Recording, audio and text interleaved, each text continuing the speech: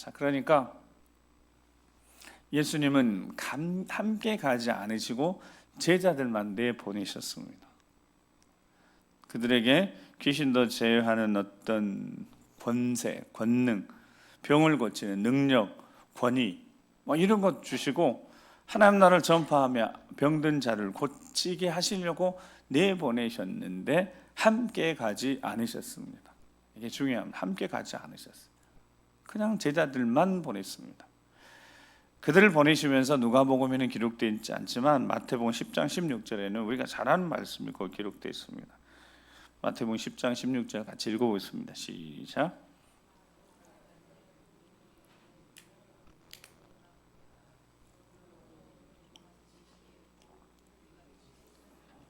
아멘.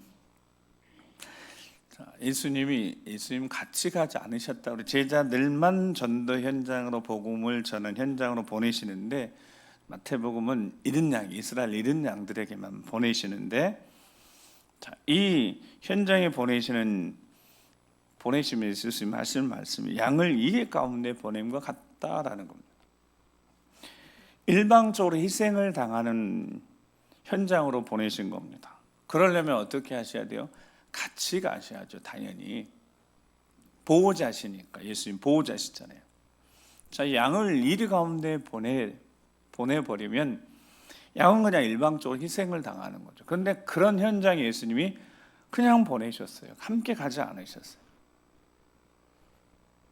그리고 하시는 말씀이 그 현장이 양이 이리 가운데로, 이리 한복판으로, 무리 가운데로 그냥 양이 들어가는 것 같으니까 내가 함께 가야 된다거나 내가 너희를 지킬 거, 보호하실 거 이런 말씀하지 않으시고 그러므로 뱀같이 지혜롭고 비둘기같이 순결하라 이렇게 말씀하셨습니다. 자, 그 현장에 들어가서 양을 이리 가운데 보내신데 그 현장에서 만약 양이 살아나야 되는 양이 살 수 있다 그러면 그 자체도 오로지 양의 몫인 것처럼 이야기하시는 거예요. 그러니까 그러므로 너희가 어떻게 해야 돼요? 뱀같이 지혜롭고 비둘기같이 순결해야 되는 겁니다. 살아남으려면. 죽으러 가서 죽는 거라면 끝이 나겠지만 자, 이 말씀을 곰곰이 생각해 보면 뱀같이 지혜롭고 이거는 신중하라는 뜻입니다. 그러니까 신중하고 순결하라는 뜻은 섞이지 말라는 뜻이에요. 예수의 말씀을 잘 생각해 보면 양을 이리 가운데로 보내신 것 같다는 거예요. 그러니까 일방적으로 희생을 당할 수밖에 없는 현장이라는 겁니다. 그러니까 너희가 지혜롭고 순결하라 그랬을 때 이미 예수의 말씀을 가르쳐 주셔서 그 말씀이 기억나게 되면 지혜로울 수 있을 것 같습니다. 신중함도 얻을 수 있을 것 같고 비둘기같이 순결하라 그랬으니 섞이지 말라 그랬으니까 자신의 생각 섞지 말고 믿음에 대한 이야기이긴 하니까요. 신중함에서 나오는 지혜로운 선택, 후회 없는 선택, 물러서야 될 때 물러설 줄 알고 앞으로 나가야 될 때 망설이지 말고 어떤 판단력 가지고 행하는 일들. 자, 그러니까 얼마든지 저 말씀대로 하나님이 예수님이 말씀하셨으니까 저 말씀대로 생각하면 양이 승리할 수 있는 비결을 생각해 본다면 지혜를 가지고 선택을 잘해서 물러서야 할 때는 물러서고 나아가야 될 때는 판단 잘해서 나가면 되는, 아무리 상황이 나쁘고 상황이 위험해도 어떤 순결함이 있으면 내 생각 앞세우지 않고 믿음으로 나아가면 이길 수도 있겠다라는 생각 들 수 있을 것 같습니다. 그렇게 해석이 될 수 있을 것 같아요. 근데 설마 예수님이 그냥 제자들을 내보내셨겠습니까? 양을 이리 가운데 보내서 희생시키려고 그들을 보내셨겠어요? 같이 가셔서 그들을 보호하셨어야 되는데 근데 예수님이 이 약속을 하셨습니다. 그러니까 예수님 없이 전도 현장에 보내신 이유가 있었대요. 마태복음 10장 20절 말씀에 보면 예수님 이런 말씀하셨습니다. 시작. 말하는 이는 너희가 아니라 너희 속에서 말씀하시는 이 곧 너희 아버지의 성령이시니라. 아멘. 몸은 지금 예수님 그들과 함께 가지 않으신다고 하시면서 이게 무슨 약속이냐면 영으로 그들과 함께 하실 것이라는 약속입니다. 여러분, 이 약속이 정말 중요한 겁니다. 육체적으로는, 물리적으로는 그들과 함께 가지 않으셔요. 그들만 보내셨습니다. 그리고 하시는 말씀이 너희가 가는 길은 너희는 일인데, 너희는 양인데 일이 가운데로 보내는 것과 같다는 거예요. 지혜롭고 신중하고 순결하고 믿음으로 나아가서 승리하라고 지금 보내는 건데, 예수님이 하시는 말씀이 내가 물리적으로 너희가 함께하지 않아도 영으로는 너희와 함께한다라는 말씀을 지금 하고 계시다는 겁니다. 예수님이 임마누엘이시잖아요. 임마누엘 하나님이시잖아요. 함께 하시는, 그 당시 제자들에게는 이게 쉽지 않은 이야기였습니다. 자신들끼리만, 예수님 없이, 그것도 2명씩 짝을 지어서 보내는데 예수님이 함께하지 않으시는 현장에, 그 위험한 현장에 제자들을 보내시는 것은 어쩌면 예수님 표현처럼 이건 그냥 일방적인 희생을 당하는 일인 것 같은데, 예수님이 하시는 말씀은 그 뒤에 영으로 함께 하시겠다라는 말씀입니다.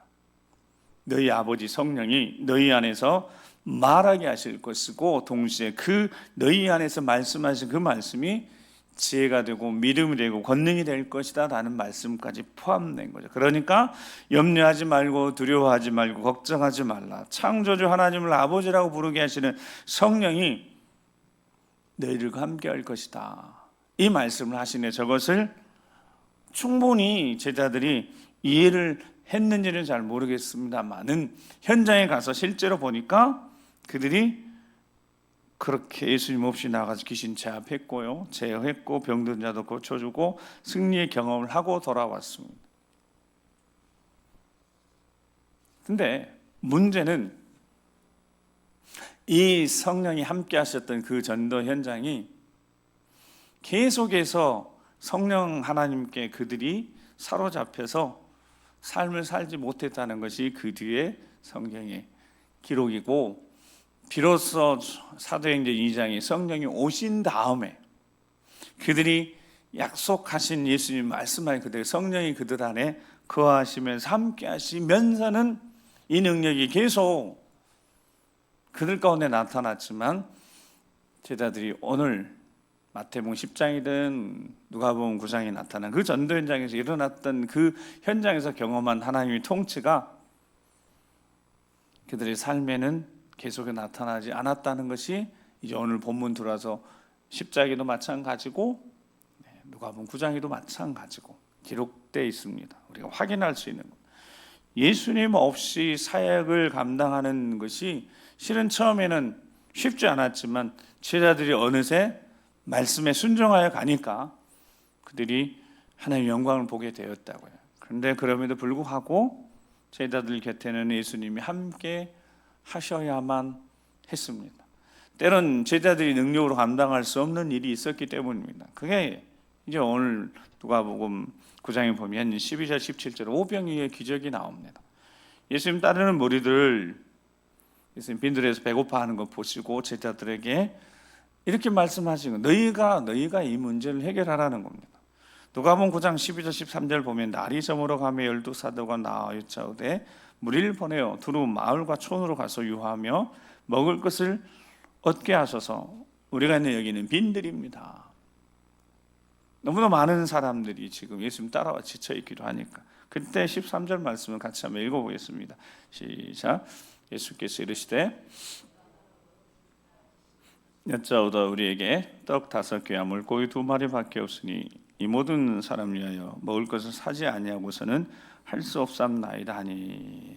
아멘. 자, 빈들에서 수많은 무리들을, 배고픈 무리들을 향하여서 예수님이 제자들에게 먹을 것을 주라고 말씀하십니다. 이 당면한 문제를 제자들이 어떻게 해결해 낼 수 있겠습니까? 이거 신중하다고 해서, 여러분 지혜롭다고 해서 이거 해결해 낼 수 없습니다. 이 기록된 대로 장정만 남자만 5천 명. 이 사람들 그 외에 나머지 수많은 사람들이 있는데, 여러분 이게 지혜롭다고 해서, 신중하다고 해서 이 문제를 어떻게 해결하냐고요. 아무리 지혜롭고 순종해도 여러분 이 배고픈 문제를 제자들이 어떻게 해결합니까?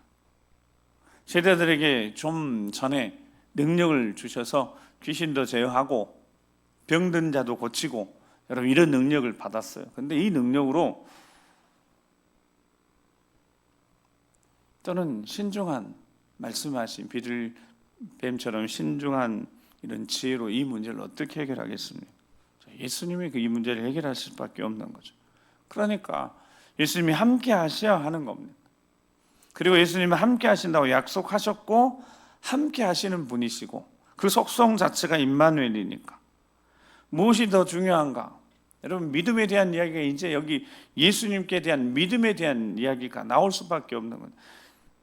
신중함, 지혜보다 순결함, 내 생각 빼고 전적으로 하나님을 신뢰하는 그 믿음이 중요하다는 것을 지금 예수님께서 이 오병이를 통해서 가르쳐주고 계시는 겁니다.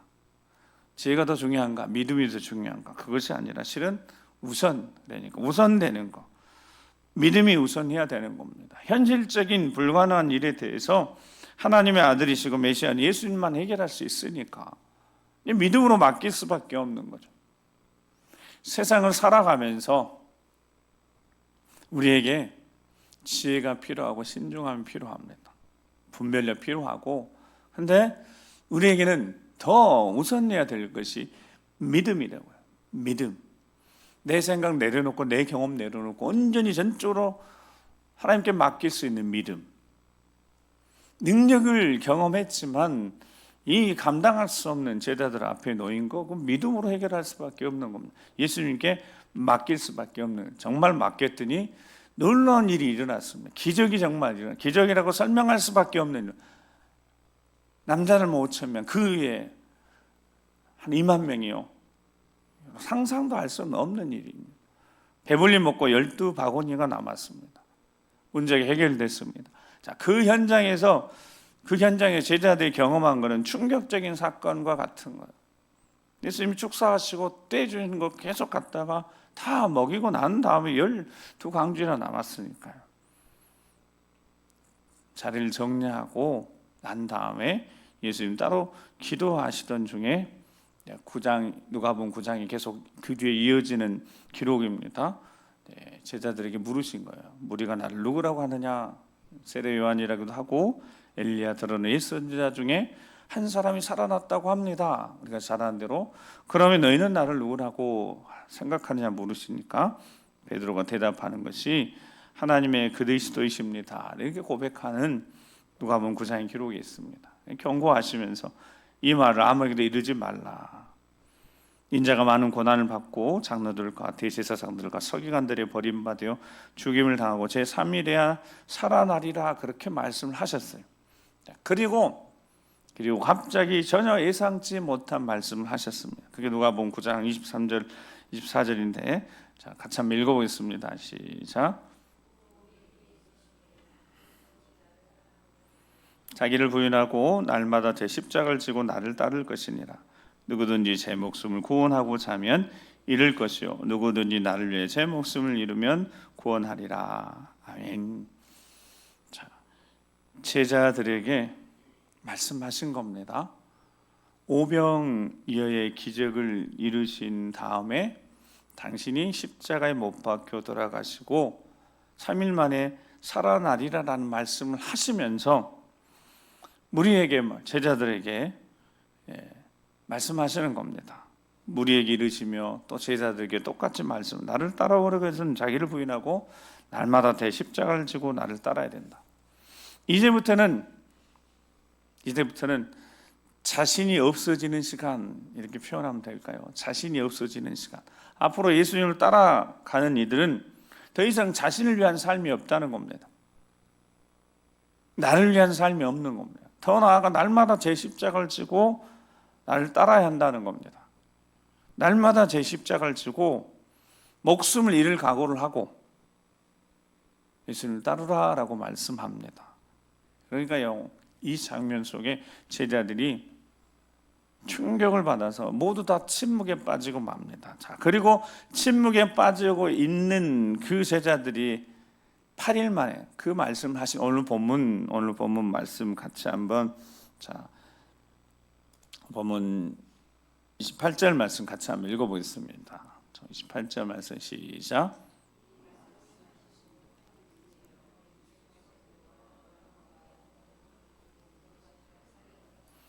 아멘. 제가 이 말씀을 하신 후라고 하는 그 앞에 거 설명하는 지금까지 설명했습니다. 이 말씀을 하셨어요. 무슨 말씀 하셨어요?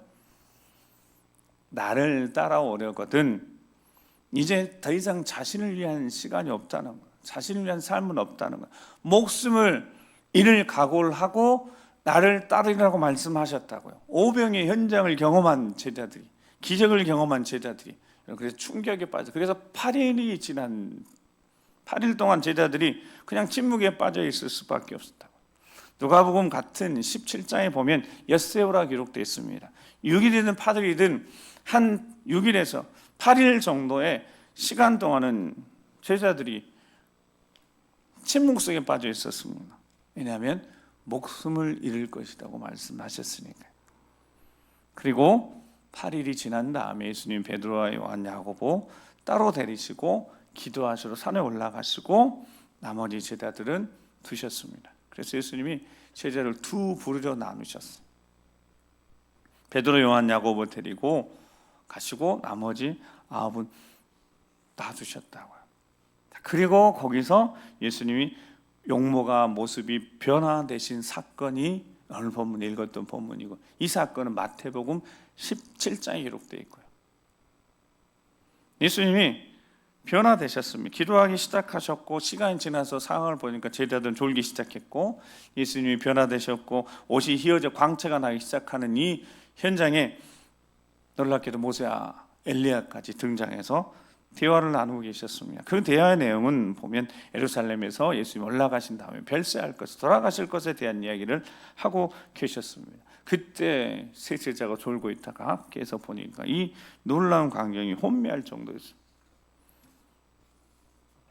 찬란히 빛나는 그 예수님 모습 보고 이 세상에 속한 분이 아님을 제자들이 깨닫게 되어졌습니다. 베드로가 자기가 무슨 말 하는지도 모르고 이 상황 속에서 주님, 우리가 여기 있는 게 좋습니다. 모세하고 엘리야는 떠나간 다음에 우리가 초막새를 지어서 여기 우리가 있고 싶습니다. 영원히 살았으면 좋겠습니다. 이 말할 때 구름이 덮이면서 구름 속에 소리가 났습니다. 35절만, 오늘 보면 35절 같이 한번 읽어보겠습니다. 시작. 구름 속에 소리가 나서 이르되 이는 나의 아들 곧 택감을 받은 자니 너희는 그의 말을 들으라 하고. 아멘. 하나님 아버지께서 새 제자 들으시라고, 새 제자 들으라고 말씀하신 거죠. 이 새 제자에게 자신들 앞에 변모하신 예수님 보여주시면서 또 예수님이 누구이신지를 들려주셨다고요. 자, 눈으로 보게도 하셨고 정확하게 귀로 듣게 하셨습니다. 예수님 누구시라고? 하나님의 아들이시다고 분명히 알게 하셨습니다. 마태복음 3장에 세례 요한에게 세례를 받으실 때 예수님이 올라오시면서 하늘에서 음성이 들렸던 적이 있었습니다. 내 사랑하는 아들이요 내 기뻐하는 자라. 그때는 제자들 그 현장에 없었으니까요. 다시 한번 들려주셨습니다. 자, 제자들 두 부류로 나눴다고 그랬습니다. 베드로, 요한, 야고보는 예수님과 함께 변화산에 있다고. 근데 그 예수님이 변화되셨다고요. 이 세상에 속한 분이 아님을 보여주셨다고요. 음성으로도 분명히 하나님의 아들이시라고 들려주셨다고요. 여러분, 예수님은 분명히 말씀하셨어요. 예수님을 따르는 자들은 자기를 부인하고 자신은 이제 없고 예수 그리스도를 위한 삶을 살아야 되고 목숨까지 내놓으라고 하시는 두렵고 힘든 시간들이 앞으로 그들 가운데 있을 것이라 하니까 그 누구도 선뜻 대답하지 못하고 침묵 속에 두려워하고 있었다고요. 그런데 그들을 불러서 변화산, 소위 말하는 높은 산의 변화산에 그들을 두셔서 보게 하셨습니다. 그들이 따르는 분이 누구이신지, 그들이 목숨까지 내놓고 따라갈 이들이 세상에 속한 랍비가 그런 분이 아니라, 물론 예수님이 기적을 행하시고 능력을 행하시고 이렇게 지켜봤지만 이전에 그 예수님과 비교할 수 없는 찬란히 빛나는 예수님을 이 세 제자가 보게 됐다고요. 본 것뿐만 아니라 귀로 듣게 되어졌다고요. 하나님의 아들이시다는 것. 여러분, 이 놀라운 사건이 왜 세 제자에만 허락하셨을까요? 알 수 없는 일입니다. 왜 그렇게 하셨는지 모르겠습니다. 그런데 분명한 것은 이 세 제자에게 분명히 보이셨다고요. 그들이 따라가야 될 예수님이 어떤 분이신지, 이 세상에 속한 분이 아니시다는 것, 제자들이 분명히 알게 되어졌습니다. 이렇게 해서 제자들이 하나님의 영광을 보게 하는 현장에 있을 때 나머지 9명의 제자들이 어떤 상태에 있었습니까? 자기 아들 간질 걸려서, 귀신들 간질 걸려서 아들 고쳐 주고 싶어 예수님 찾아왔습니다. 예수님 계시지 않는 거예요. 여러분, 예수님 계시지 않았다고. 제자들이 있어서 제자들이 도움 청했습니다. 제자들이요, 예수님이 함께하지 않아도 귀신도 쫓아냈었던, 병을 고쳤던 그런 경험이 있어서 능히 고칠 줄 알았는데 고치지 못했습니다. 예수님 내려오셔서 제자들에게, 곤란에 처해 있는 제자들에게 말씀하신 장면이 누가복음 9장 41절인데요. 예수님께서 대답하여 이르시되 믿음이 없고 패역한 세대요, 내가 얼마나 너희와 함께 있으면 너희에게 참으리요, 내 아들을 이리로 데리고 오라 하시니. 믿음이 없다고 책망하시고요, 패역한 세대라고 책망하셨습니다. 내가 얼마나 너희와 함께 있으며 너희에게 참으리요, 얼마나 더 함께 있어야 믿음이 생길 것이며, 얼마나 더 듣고 배워야지 믿음이 생길 것이며, 믿음이 없으니까 패역해서 교만해서 자신의 의 드러내면서 내 능력으로 할 수 있다고 행한 그 제자들 책망하셨습니다. 그리고 고쳐주셨습니다. 오늘 산상병모주의를 지키는 우리에게 주시는 말씀이 이 두 부류를 통해서 우리에게 주시고자 하는 말씀이 있다고요. 이 마지막 시대를 살아가는 우리에게 중요한 말씀을 하고 계시다고. 어린 양이 1일을 이길 수 있는 방법이 없습니다. 세상의 방법으로는. 여러분, 세상에 어떻게 양이 1일을 이깁니까? 절대 불가능한 일입니다. 네, 영적으로 보니까 양이 1일을 이길 수 있는 방법이 있다는 겁니다. 세상이, 거대한 이 세상이, 강력한 세상이 앞으로 더 강력해지고 공중의 권세 잡은 자의 이 사탄의 역사가 더 강력해질 것이고, 믿음 지키기가 쉽지 않은 시대가 될 터인데, 딱 영적으로 보면 예수님 말씀하신 것처럼 양이 일이 소굴 속에서 살아남아야 되는데, 여러분, 이게 가능할 거냐 이 말입니다. 세상의 기준은, 보이는 기준은 불가능합니다. 일방적으로 희생을 당하고 말 겁니다. 그런데 기독교의 역사를 통하여서, 기독교가 가지고 있는 순교의 역사를 봤을 때, 초기 순교의 시대 턱없이 그리스도인들이 약하고 가지고 있는 사회적 배경도 모든 것들이 다 약했습니다. 그냥 양이었습니다. 세상은 로마 시대의 로마 정권은 이리보다 더 강력한 사자와 같은 존재였습니다. 그런데 누가 이겼습니까? 사자가 이긴 게 아니라 양이 이겼습니다. 어떻게 이겼습니까? 세상의 방수에 이겼던 게 아니라, 양이 이를 이길 수 있는 방법 단 한 가지입니다. 주 예수 그리스도가 함께 하실 때만 이길 수 있는 줄 믿습니다. 그러니까 성령 하나님을 통하여서, 성령의 오심을 통하여서 믿음을 선물 받은, 세상을 이기는 믿음, 그 선물, 하나님이 예수 그리스도를 통하여서, 예수님의 구주가 되심을 통하여서, 예수님 누구인지를 정확히 아는 그 알매서부터 시작해서, 그게 믿음의 근거이니까 예수 그리스도가 누구이신지를 아는 것이 믿음의 근거라고요.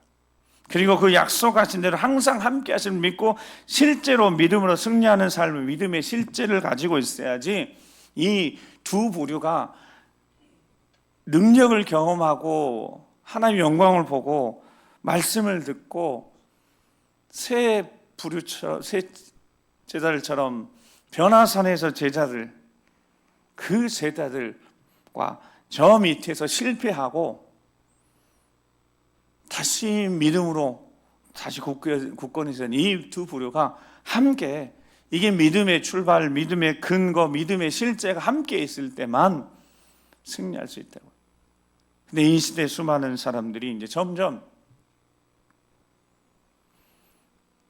기적, 환상, 어떤 영적인 것에 너무 치중하는 이들이 있다는 거예요. 근데 여러분, 실제는, 삶에서 나타난 실제는, 믿음의 실제는 삶의 현장입니다. 실패하는 현장이 거기에서 믿음의 역사가 나타나야 되는 거죠. 그러니까 이 두 개가 같이 있어야 되는 겁니다. 누가복음에 나와있죠. 마태복음 17장에. 그래서 실패한 제자들이 예수님께 묻는 장면이 나옵니다. 이때 제자들이 조용히, 마태복음 17장 19절, 이때 제자들이 조용히 예수께 나와서 이릅니다. 여쭤봅니다. 우리는 어찌하여 쫓아내지 못하였습니까? 여러분, 베드로, 요한, 야고보가 예수님과 함께 있지 않고 9명과 같이 해서 12명이 있는 동시에 예수님이 변화사 혼자 가셨고 베드로, 야고보, 요한이 12명이 있었다고 귀신 쫓아낼 수 있었을 것 같습니까? 아니요. 그들도 똑같은 겁니다. 베드로, 요한, 야고보가 9명과 같이 있었으면 똑같이 못 쫓아냈던 겁니다. 똑같이 실패했던 겁니다. 베드로, 요한, 야고보가 특별한 사람들이 아니라 그 변화산의 어떤 체험과 경험이 중요하지만 그것이 절대적이 아니다는 겁니다. 믿음이 적으면, 믿음이 없으면 폐역한 시대가 되는 겁니다. 예수 그리스도를 이용하려고 하고 진짜 체험 없이, 실제 영적인 깊은 체험 없이 그냥 신앙생활 경건의 모양만 가지고 하는 이들이 있다는 겁니다.